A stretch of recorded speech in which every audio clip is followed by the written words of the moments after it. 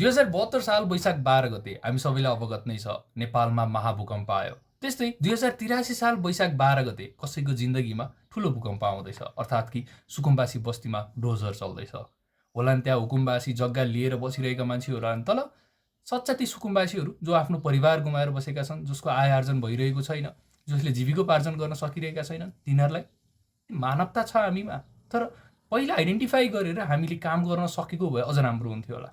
सिधै गएर डोजर चलाउनु र उनीहरूलाई उता राख्नु पनि राम्रो होइन जस्तो मलाई लाग्छ। मलाई के लाग्छ, अर्को कुरा भन्दाखेरि यदि हिजो जुन माइकिङ गरिएको छ त्यो कुराले हेर्दाखेरि त्यहाँका हुकुमबासीहरू त्यो ठाउँ छोडेर जान्छन् र सुकुम्बासीलाई जहाँ लगेर राख्ने भनिएको छ त्यो ठाउँमा तिनीहरू मान्छे पुग्दा पनि पुग्दैनन्, किनकि खोज्यो भने थुप्रै कुराहरू भेटिन्छ। जो सच्चा सुकुम्बासी हो त्यो मान्छे नै त्यो ठाउँमा पुग्नेवाला छ। र सरकारले जुन स्टेप लिएको छ एउटा इन्बाट हेर्दा एकदम राम्रो छ, अर्को इन्बाट हेर्दा अलिकति व्यवस्थित वेमा गएको भए अझ राम्रो हुन सक्थ्यो भन्ने हाम्रो मूल्याङ्कन हुनसक्छ।